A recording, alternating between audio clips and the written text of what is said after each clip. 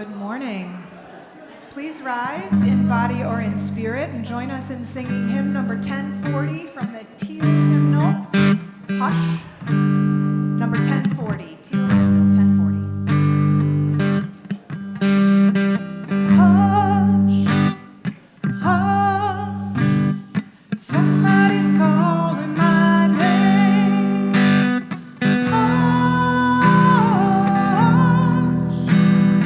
somebody's calling my name. Oh, hush, hush, somebody's calling my name. Oh, my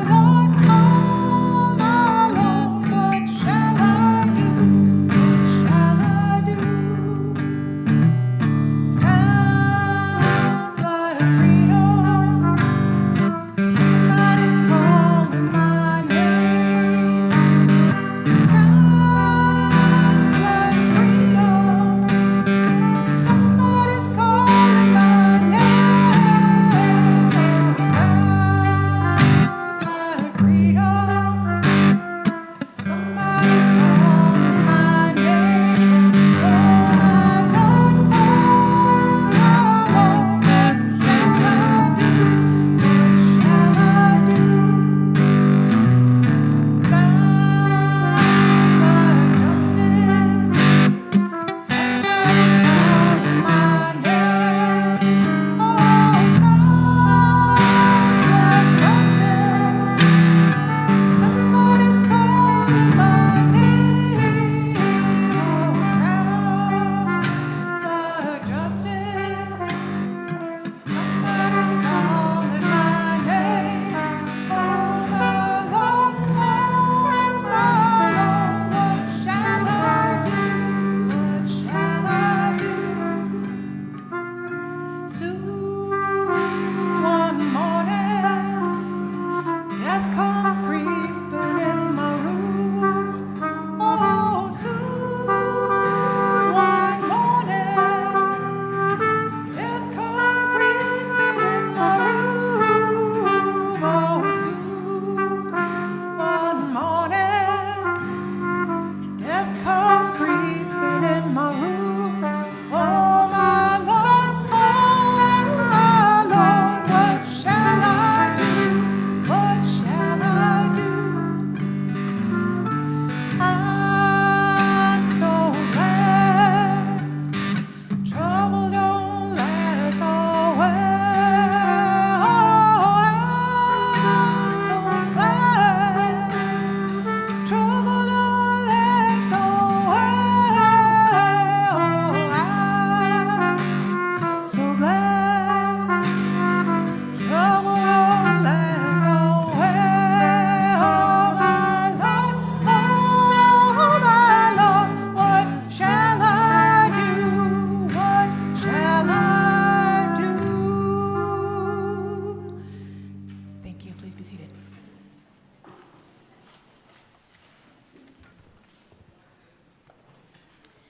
Good morning, and welcome to the First Unitarian Universalist congregation of Ann Arbor, providing a liberal religious home to seekers for 161 years without interruption. I am Barbara Lynn, one of this congregation's lay worship leaders, and I am delighted to greet you and draw you into our circle. Whether you are here in the sanctuary or joining on the live stream or watching later on demand, your presence is a gift we treasure. It matters that you are with us. If you have just started attending our services, it is our hope that you will feel at home here. If you are a newcomer on the live stream, please introduce yourself in the chat so others may greet you. And consider filling out our newcomer survey at UUAA.org/newcomer survey so we can get to know you better. And to those newcomers here in person, a welcome session has been planned just for you in the Redmond Room right after the service. Friendly volunteers will be waiting for you, eager to enter into conversation with you about our faith and this congregation. The Redmond Room is easy to find. You just go through these double doors, and it's to your left as you enter the hallway. There's a sign. This year, to share our voice and our values with the wider community, UUAA will have a booth in the nonprofit section of the Ann Arbor Art Fair from July 16th to July 18th. And would you like to participate in this active outreach to help staff our table? If so, please use the link in the newsletter to sign up, or you can see Brittany after the service. And I have just learned that this year we will also have a booth at the Ann Arbor Pride, and that will be on August 1st. Yes, we're getting our voice out there, people. And we're looking for volunteers for that as well. And Brittany will be in the social hall after the service, eager to tell you about both of these opportunities. This weekend, as we celebrate our nation's 250th birthday, I am reminded of these words from Senator Cory Booker. "If America hasn't broken your heart," he says, "you don't love her enough." Yesterday, that line reverberated in my heart, my broken heart. Back in 1865, when this congregation was founded, America was reeling from a devastating civil war and the very recent assassination of President Lincoln. What a relief it must have been to our founders here in Ann Arbor to have created this place of safety and community. And here it still stands, our sanctuary and our home, ready to hold us in faith. We are blessed to be gathered in community. We are gathered for worship.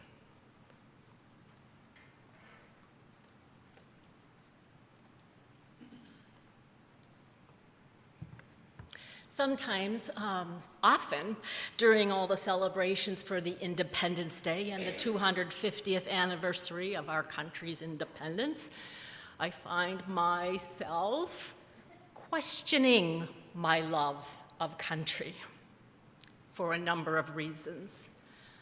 I imagine some of you feel the same way.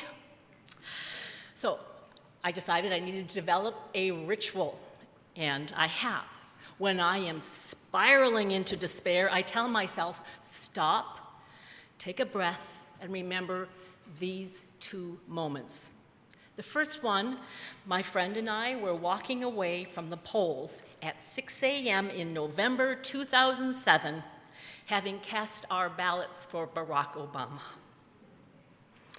She was so excited to return home and tell her two boys, both black, that they too can run for president. One other is when I opened up my iPad when I was curled up in bed at night and I scrolled through countless pictures of joyous people getting married at midnight when marriage equality passed. Here at UUAA, we have rituals when we have our services, our meetings, and gatherings. The sharing of these rituals bring us together, and they provides focus and direction for the task at hand. The first is our chalice lighting. I'd like to welcome Diane Downer to light our chalice this morning. For those of you with us online, you are welcome to light your own chalice or candle, or perhaps you might want to reach out to others online, letting them know that the chalice is lit in Des Moines, Iowa, Ypsilanti, whatever, for example. Please join me all in speaking with intention our chalice lighting words. We light this chalice for the light of truth. We light this chalice for the warmth of love. We light this chalice for the energy of action. We light this chalice for for the harmony of peace. Thank you, Diane. Following the chalice lighting is another important ritual. It is our covenant. It is our time to revisit our values, our purpose, and remind us all what we are about. Join me, please, as we say our covenant together. The spirit of this church is love, and service is its law.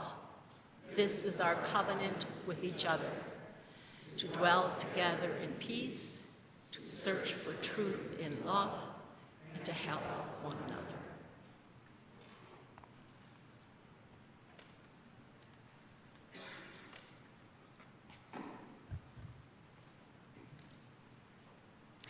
I'm not really a birthday person.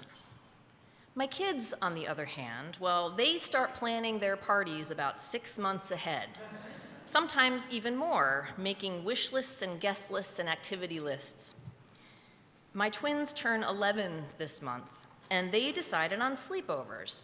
So I have the privilege/challenge of hosting 2 sets of 5 or 6 11-year-olds on 2 different nights. They've already submitted their dinner and breakfast orders in advance of these parties. Please pray for me. Birthdays are complicated. When you're young, it's all about the fun and the anticipation. Getting older means more privileges, more independence, fewer rules, more agency. As you grow, birthdays take on a new complexion. They become opportunities to reflect on the past, on choices we've made in our lives, on our relationships, on what we've learned. Many of us focus on our mistakes and our regrets, lamenting all the ways in which we've disappointed ourselves and others. Our nation's birthday is no different.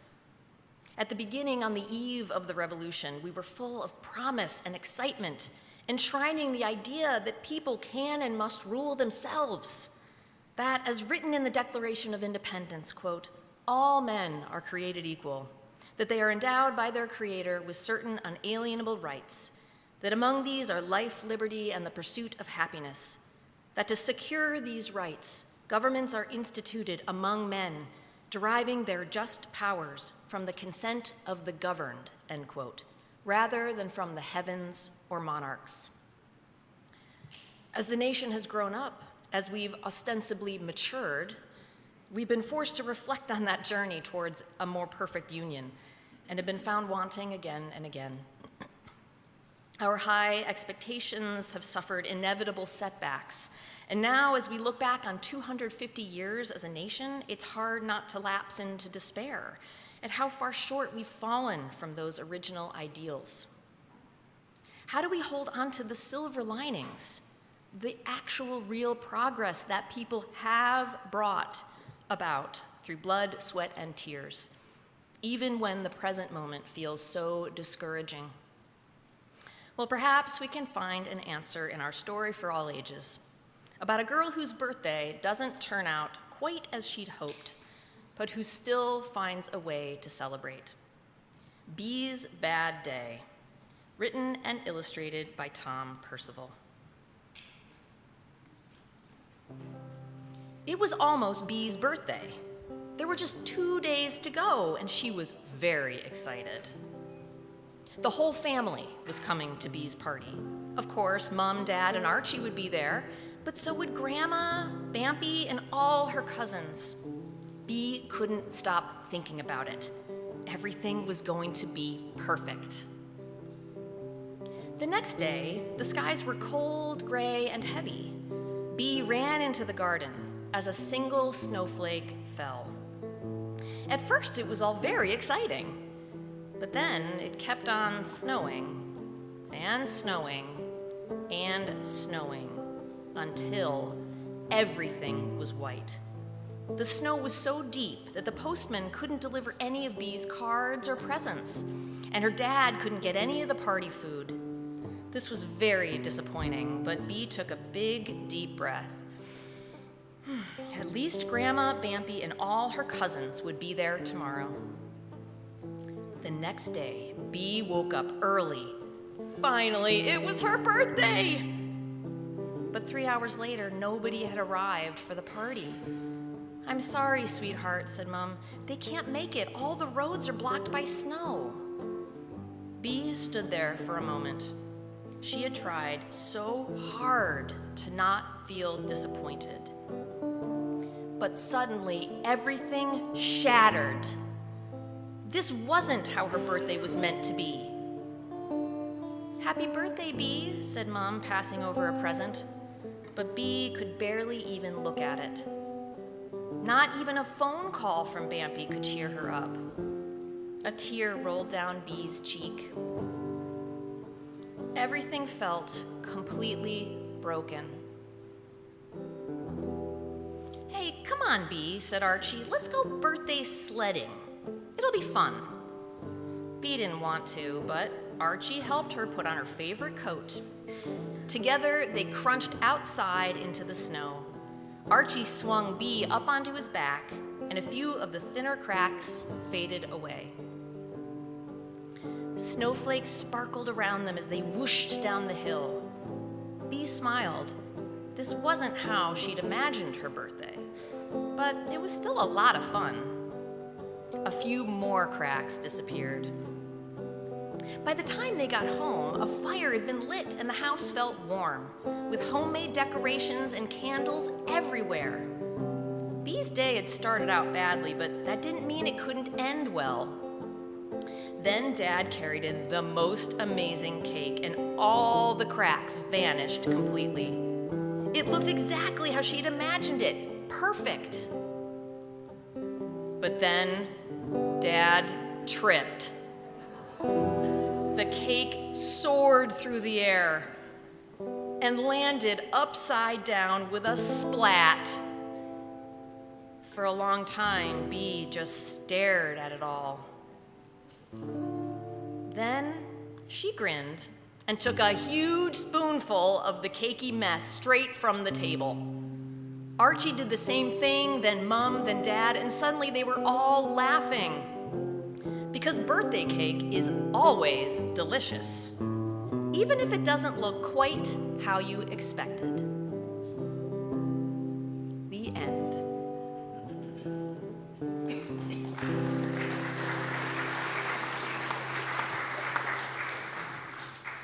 And now it's time for our kids to head out of the sanctuary to their summer program.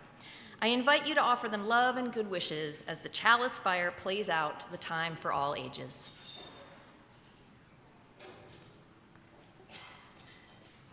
La, la, la, la. Wherever you go, find your truth. Wherever you go,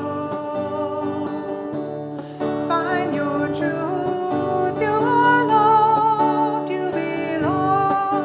You are loved, you belong. Find your truth. Find your truth.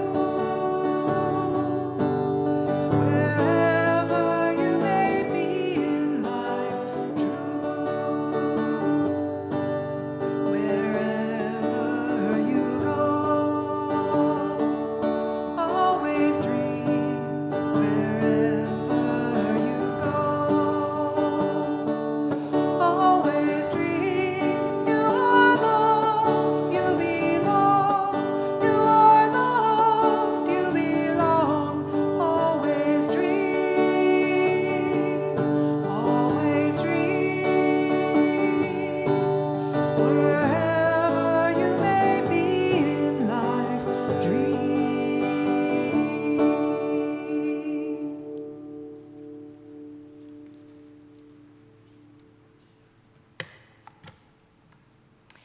That lovely piece of music was composed by our own Lori Reese. Yes. Yes. And we thank her. Thank you, Lori.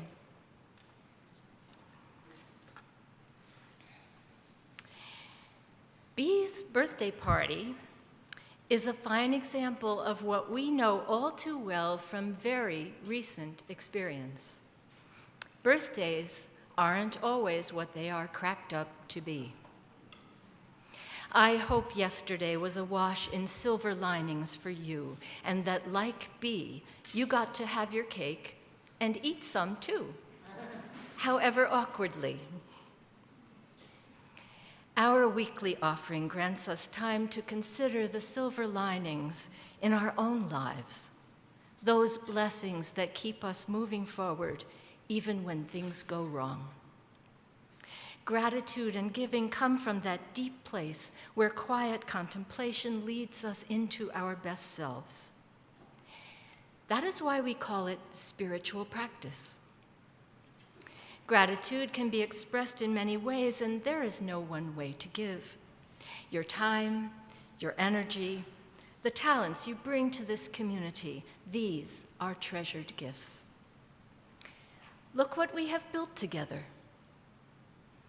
And financial gifts, too, build community in tangible ways. Today's offering will go to the programs and ministries of this congregation, and we have made it easy for you to give. You may text UUAA to 73256, or you can visit uuaa.org/giving and select weekly offering for the fund. And for those here in person, there is always the option of adding your cash or check donation to the baskets as the ushers bring them by. If you are a visitor or a newcomer this morning, your great gift is your presence. Please feel free to let the baskets pass you by. I invite the ushers to please come forward, as this morning's offering will now be given in love and received with gratitude. So one of the most American things that I know of is to take something from somewhere far away and change it just a little bit so we can claim it as our own, as really deeply American, and share it with everybody. We're going to sing a Bach cantata for you, which Paul Simon took in 1972 and put new words on, and it became one of his most well-known songs. So just a quick note for those of you who may know this song like the back of your hand. 50 years later, in 2022, he updated two of the lines to include more and more experiences of American public and to capture the dire straits that surround so many arrivals to this nation. So this is American Tune. Many is the time I've been mistaken, and many times confused. Yes, and I've often felt forsaken, and certainly misused. Oh, but I'm all right. I'm all right. I'm just weary to my bones. Still, you don't expect to be bright and bon vivant so far away from home, so far away from home. And I don't know a soul who's not been battered. I don't have a friend who feels at ease. I don't know a dream that's not been shattered or driven to its knees. Oh, but it's all right. It's all right, for we've lived so well, so long. Still, you don't think of the road we're traveling on. I wonder what's gone wrong. I can't help it, I wonder.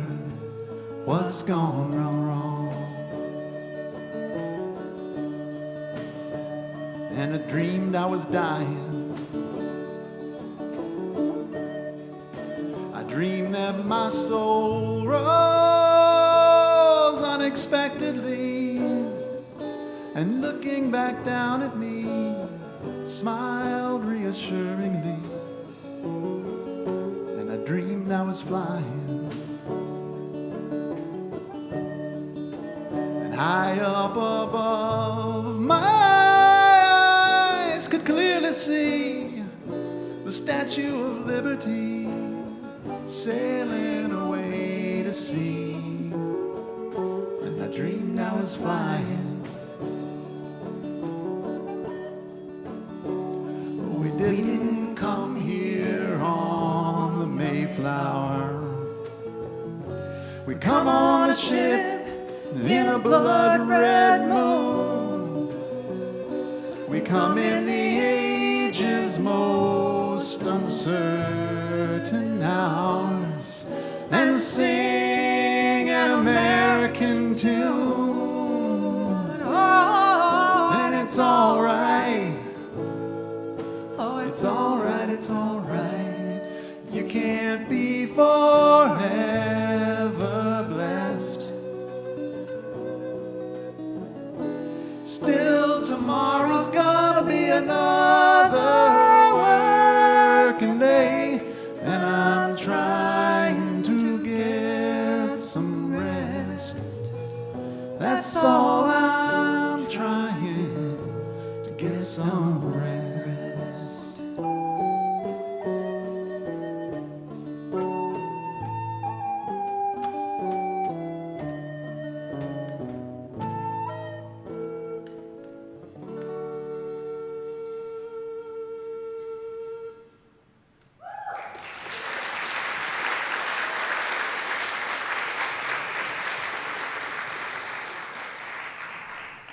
Chalice Fire.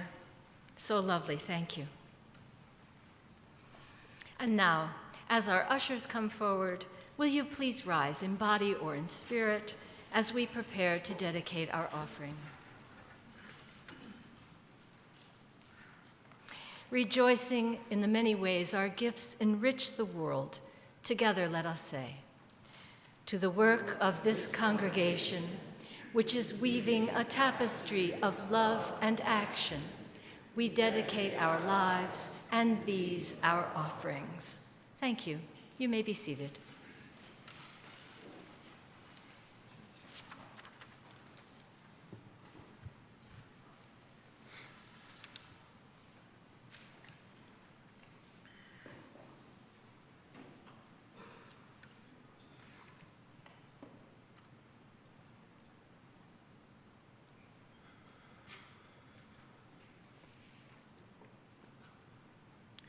We didn't come here on the Mayflower. We came on a ship in a blood-red moon. We came in the age's most uncertain hour and sing an American tune. Paul Simon's American tune was written immediately after Richard Nixon's election and was meant to hold and convey a sense of uncertainty about who and what we are as a nation, while still holding on to the promise of our American ideals, while still finding those ideals meaningful. Thank you, Chalice Fire, for helping bring that alive. I don't know about you, it's been a weird week for me. People scaling the Empire State Building in what could have been a terrorist event, but was instead some weird marriage proposal stunt. And then we've got everything leading up to today, us being together on this Sunday, the day after our nation's 250th birthday celebrations. I have felt a little bit off about this particular commemoration, unsure what I feel, how I should feel, what I think and feel about the contradictory currents that are our nation today. Yesterday, I briefly tuned into Disney ABC's America 250 coverage, and it was a scene in Nashville, and it was like I had dropped into somebody else's party. A country western honky-tonk America 250 celebration that I could watch, but wasn't really for me or about me. How do you celebrate the nation when so much that we see and have seen in the past year at the behest of our nation is at best disappointing and outright troubling and wrong? There's a beautiful individual of heart and spirit. His name is Matt Moberg. He's a Minneapolis-based artist and poet. His visual art's okay. I love his poetry. I absolutely love his poetry. It's really long and it's really intimate, each and every piece he writes. He wrote a piece yesterday commemorating the 4th. His pieces are way too long for me to offer in entirety in a worship service, but I want to share just a little bit. And if you haven't encountered Matt Moberg yet, look him up afterwards, after today's service. His writing is worth experiencing and getting to know. This piece he called "The America I Wear," and he wrote this yesterday. Today, on the 4th, I'm not waving the flag like a clean thing.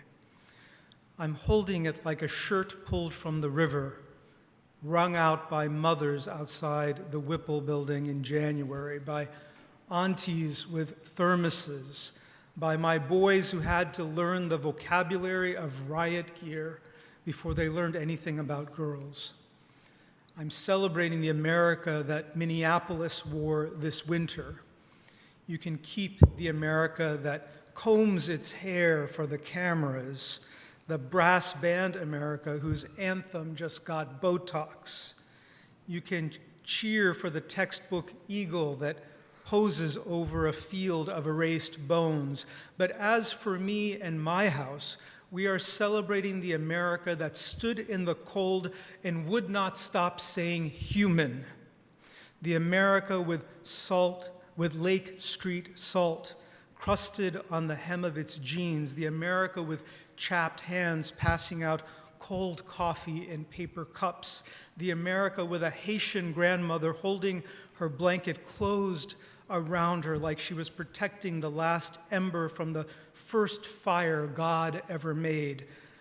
I am celebrating the neighbors who became doors, the bodies who became bridges, the people who stared at the empire with its paperwork face and said, no, not here, not this mother, not this child, not while there is soup in the church basement, not while Minneapolis still has breath to fog up the glass between cruelty and the beloved.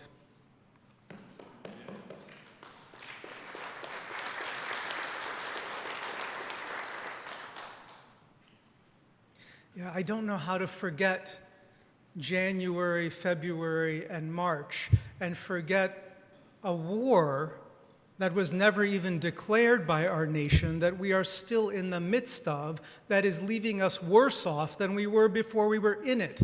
How do I forget all of that and just celebrate yesterday, this nation?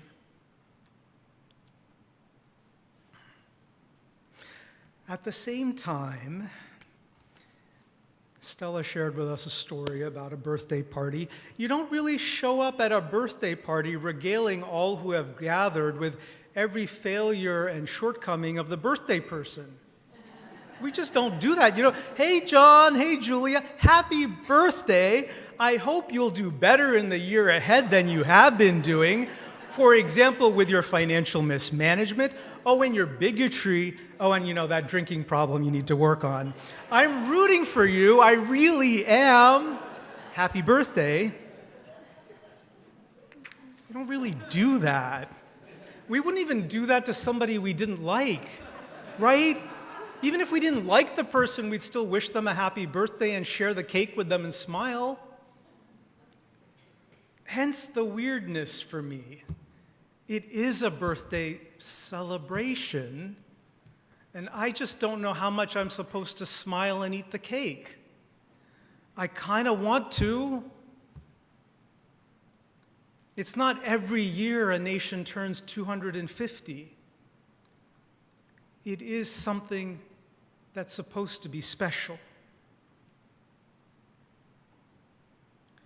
I care about this nation. I have believed in this nation so deeply that I served as a commissioned officer, one holding military rank in our nation's diplomatic service, taking the oath as all officers and service people do to defend and protect our Constitution. It was an oath that mattered to me then and still matters to me now.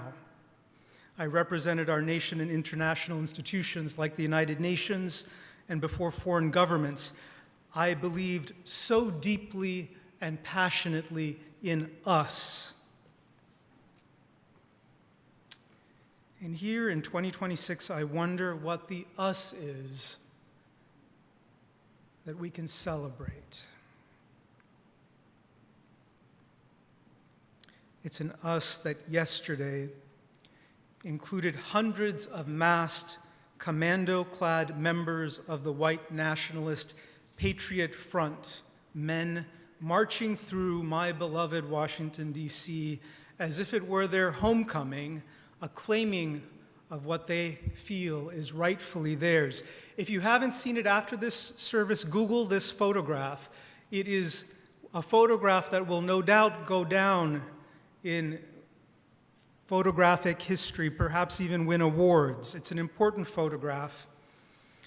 These Patriot Front men gathered or were staying in the suburbs of D.C., and as you do when you're in Washington, you take public transportation into the city, a city which is majority black, by the way. And you take the metro, which is D.C. language for subway. This photograph captures a moment on the D.C. subway where these commando-clad, completely face-covered white men, racist men, on their way to a Patriot Front rally in downtown Washington, were jammed into a subway car, and there sat a lone, unmasked black woman who stares hauntingly at the camera. It is a photo you will never forget. There it is. It is a photo you will never forget once you've seen it. Who is masked and hidden, and yet not hiding their bigotry?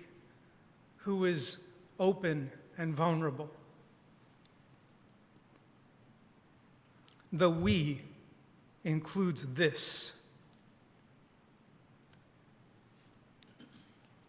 What is increasingly clear to me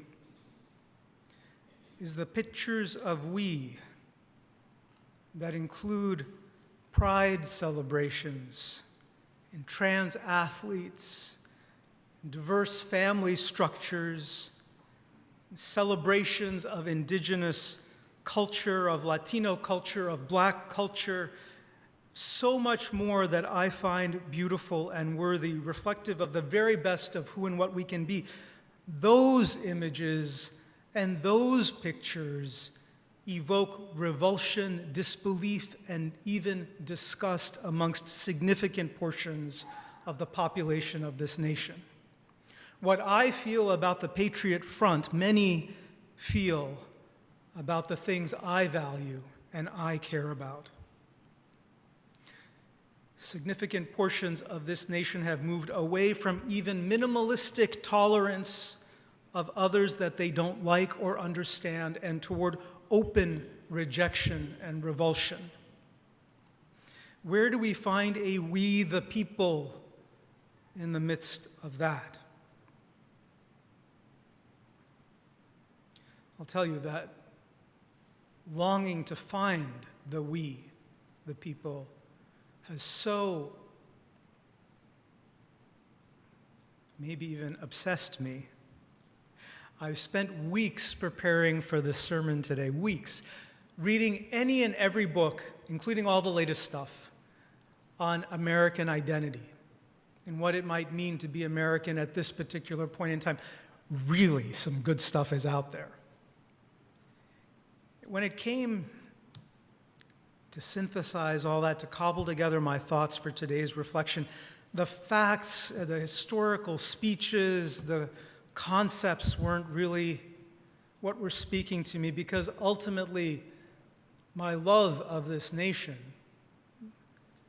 the fact that I chose to serve it and represent it, is so personal to me that how I figure out how and whether I'm navigating the times we are in is also personal, and the history just felt less pressing. Don't worry, you'll get it. I did all that research. It's not going to go away. You all know I love history, so you'll get it. That'll come back in.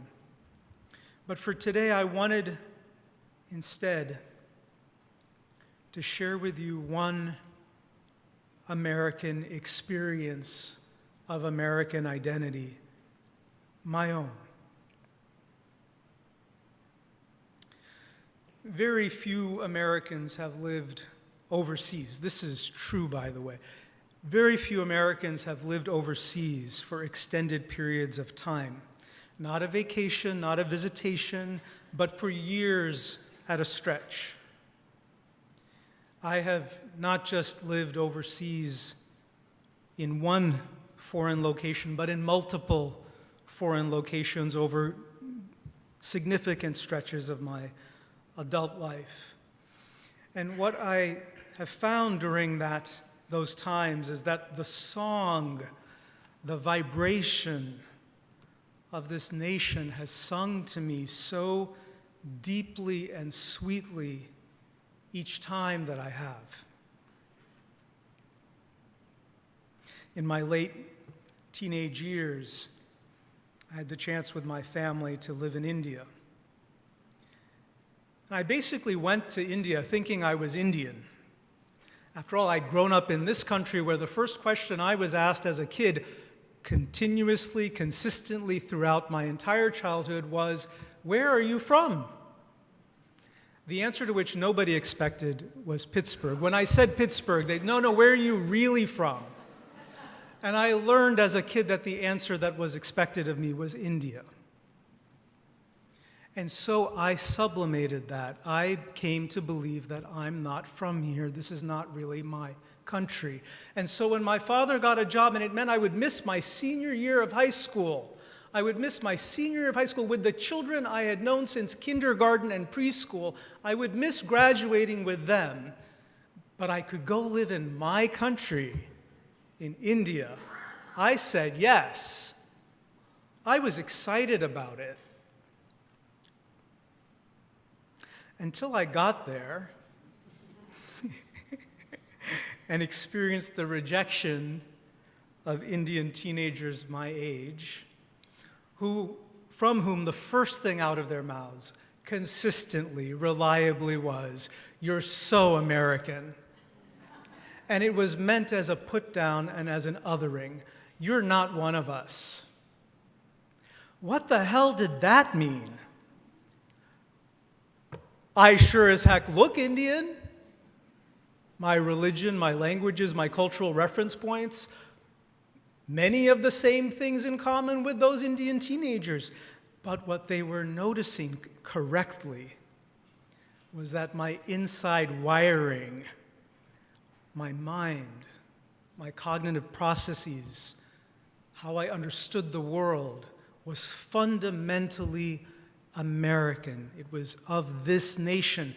I questioned authority. I questioned information and its sources and its validity. I came to my own conclusions about life. Life wasn't something that was dictated to me by family or culture. I believed in freedom, personal freedom and collective freedom, not in a dharmic determinism. I was my own person.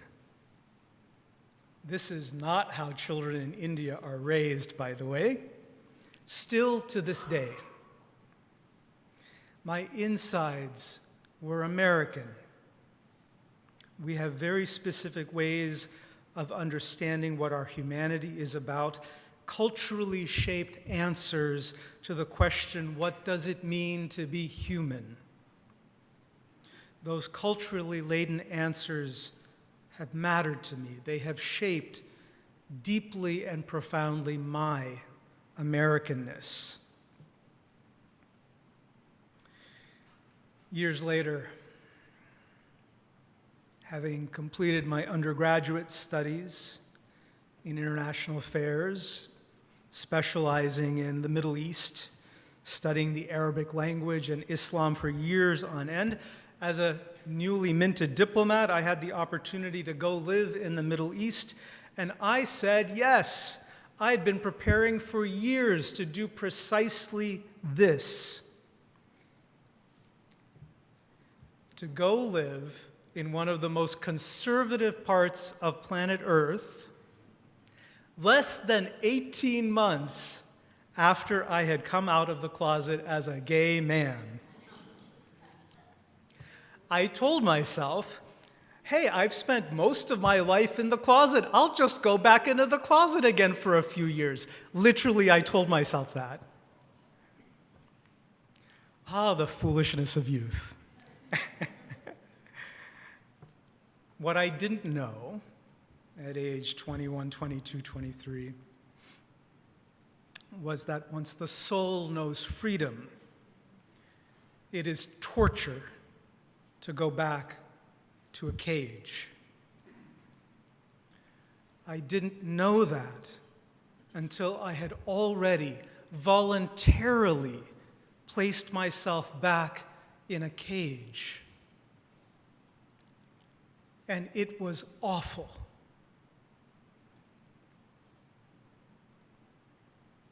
I got through those years holding on to the precious tendrils of the life that I had back in Washington, D.C.'s DuPont Circle. If you don't know it, DuPont Circle is D.C.'s vibrant gay neighborhood. I knew that if I could just hold on, if I could just get through a couple of years, I could return to that freedom, that vibrancy. And yes, I knew that the freedom of DuPont Circle did not exist in most of the United States at that point in time, and still doesn't today, frankly. But it did exist in pockets. It was possible here in the United States to find your people, to create family of choice, to find circles of safety.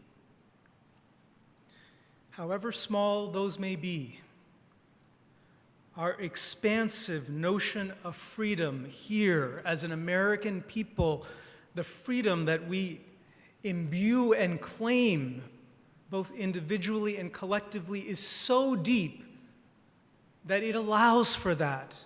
It can't exclude that. It's part of our cultural wiring in a way that no one could ever take away. We are a nation where, however quirky, however weird, however unique, however different you may think you are, it is possible to find your tribe among us if you but look. I think we Unitarian Universalists are proof of that. It wasn't just my mind, my way of thinking, that was deeply American. It was also my heart.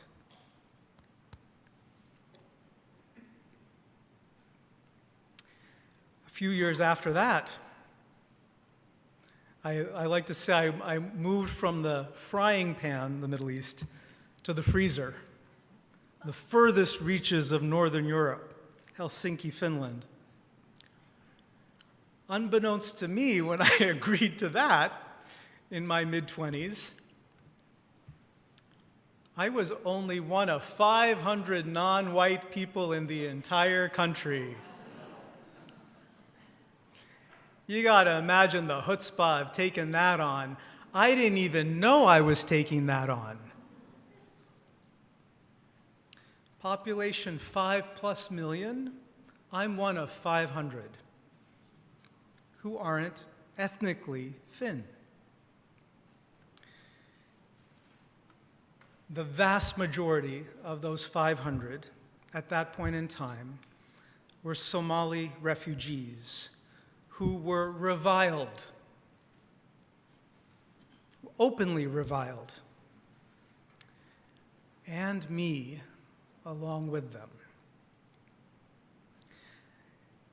It was ordinary and routine, sadly. I got used to it.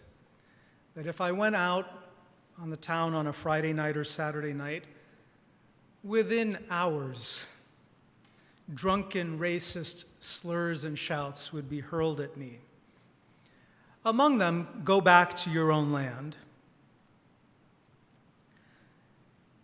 Among a people who deeply prize humility, they do. The Finns are a deeply humble people, a people who deeply prize humility. I learned that within the first 20 seconds of meeting anyone, I had to shout out and scream my status in their nation. I had to say, I'm an American diplomat. Because if I didn't, cruelty would follow and hostility would follow. As a temporary resident, a government representative, I was welcome. As a potential refugee, I was abhorred. One of the things that became clear to me during these years was how distinct and different this particular European journey around race and diversity was and still is. I eventually came to understand what was going on there, but it wasn't my journey. Even as a child of immigrants here in the United States with deep cultural, linguistic ties to a land outside of the US, our fraught, broken, heartache-filled history of genocide against indigenous Americans, of human trafficking and the enslavement of black people, of the disparagement and marginalization of every othered population that we have ever had, including the Irish, Italians, Poles, Chinese, Jews, South Asians, gays, lesbians, bifolk, trans folk, and on and on and on, that troubled, that awful history, that history is mine. Not this European history that I was encountering there. This history is mine. I'm a part of it. This arc of history still forming, still in motion, still undone, it is mine. And for most of us here, it is yours as well. There is no other place on planet Earth like this nation of ours, this United States. It has shaped my mind, it has shaped my heart, it has shaped the arc and journey of my life, as it no doubt has also shaped yours. While the greater we is a very loose collective, and it always has been. Our history shows this. If you go back to the earliest founding days of the United States, the we was always a very loose collective. That overarching loose collective of we has always been made up of smaller clusters of we. And those clusters, while they are quite different from one another, have provided a more deeper and intimate sense of belonging than the larger we was ever able to do. Benjamin Franklin, regarded by historians as a great pragmatist, this was one of the things that my recent reading refreshed my memory on. He understood this. You have to hearken back to high school history if it's that far back. It's for me, by the way. But he really did understand this. The Declaration of Independence, it's idealistic in its own way. Idealistic in that it was written by white men and it was for white men. Nonetheless, it contained idealism within that limited cultural contextual framework. In contrast to that, the Constitution, which Ben Franklin not only helped write, but helped ensure get adopted. He was critical to that. Everything about the Constitution was a compromise. There was nothing in it that was idealistic. It was a compromise document through, and Franklin knew it. And because it was a compromise document through and through, what he placed his faith in, and whenever I use the word faith in our context, I mean by that trust. I invite you to think of the word trust. For faith is a belief in something that we don't know will actually happen, but we have to trust is possible. Ben Franklin placed his faith in the processes that were contained within the Constitution. He himself said, as he urged the delegates to adopt the thing that he helped draft and create, that he didn't like everything in it. There was a lot in it not to like. But what he had faith in were the processes that could allow us as a people to learn and grow and evolve over time. That as we grew as a people and that as we grew as a nation, that the structure would help hold that and allow for that growth. That was what he placed his faith in. It was a faith that he had to have guessed would require a timeline for human progress that extended well beyond his lifetime. It was faith in an arc of history that we each contribute to without ever really even knowing whether we'll see the full fruition of our efforts. I was reminded that there's a nobility in that, in trusting that we can each contribute to the fabric of our shared nation without having to predetermine what the whole tapestry is about. Faith is scary. It's not a guaranteed outcome, but that faith has gotten us this far, 250 years far, and we as a people have not remained static at all in those 250 years. If anything, the history of our nation has always been dynamic. Ben Franklin was willing to trust that dynamism and our inherent goodness. And I guess so am I. Happy birthday to us.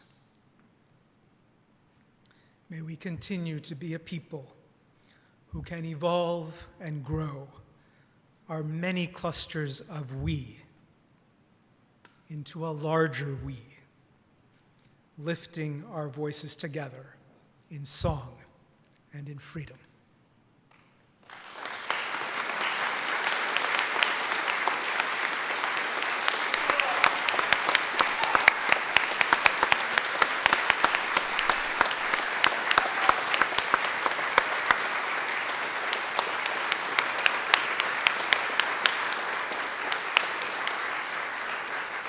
Please remain standing and join us in singing hymn number 149 from the gray hymnal, Lift Every Voice and Sing. I will try to get through this without crying. Lift every voice and sing till earth and heaven ring with the harmony.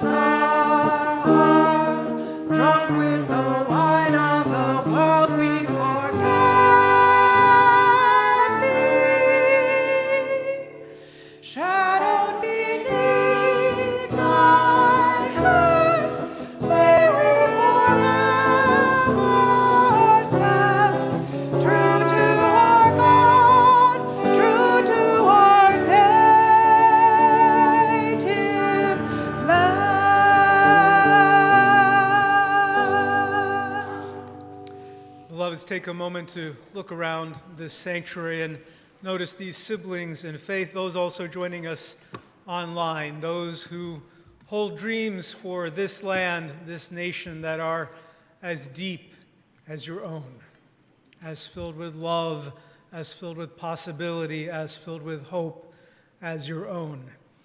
It takes each of us to work towards building that beloved land we dream of. Go forth into a new week, knowing that your presence, your words, your deeds matter. Let them touch another with grace, with lightness, with love. Make a positive difference where you can until we are together again. Go in love, go in peace. Amen. 1, 2, 3.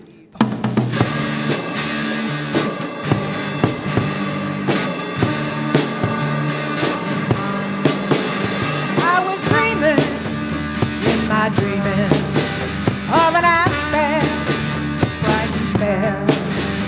And my sleeping, it was broken, but my dream, it lingered near, in the form of shining valleys, where the pure air recognized, and my senses fully opened, and I awakened to the cry that the people have the power to redeem the work of fools, speak the grace and shower, it decrees the people rule.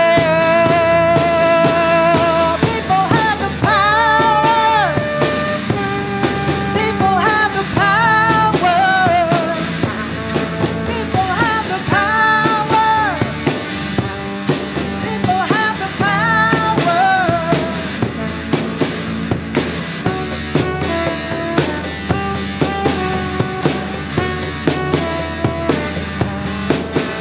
Vengeful aspects became suspect and bending low as if to hear. Well, the army ceased advancing because the people had their ear.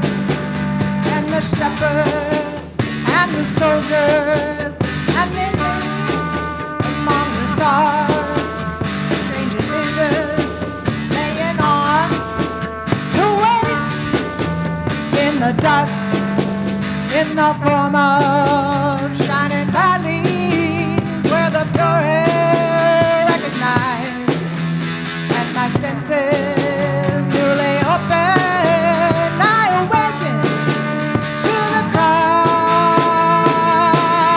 People have the power. People have the power. People have the power.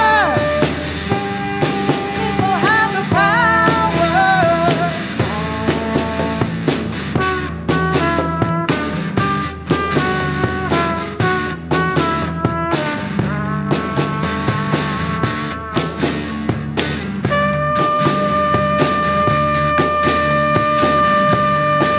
Where there were deserts, I saw fountains, like cream, the waters rise.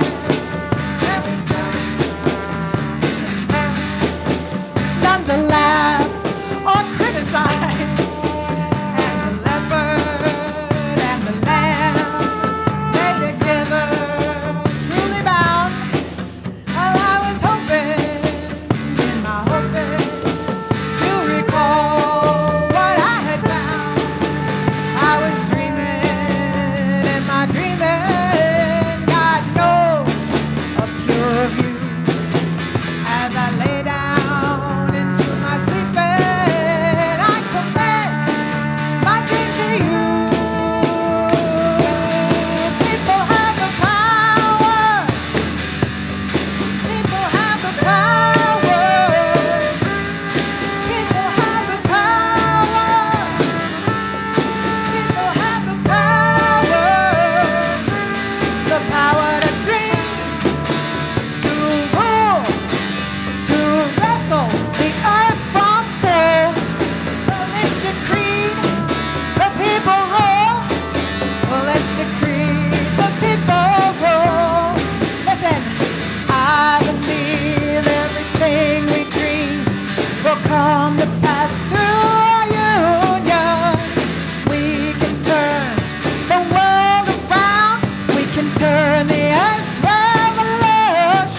We have the power.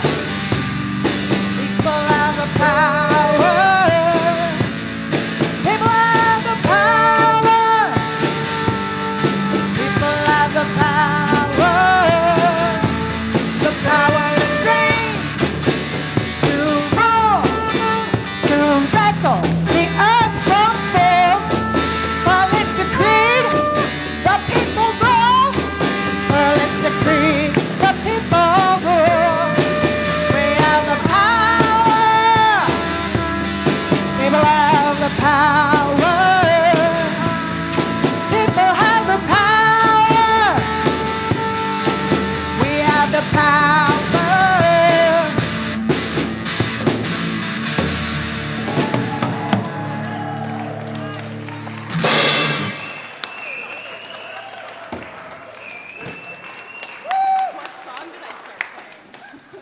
Let's do it, y'all.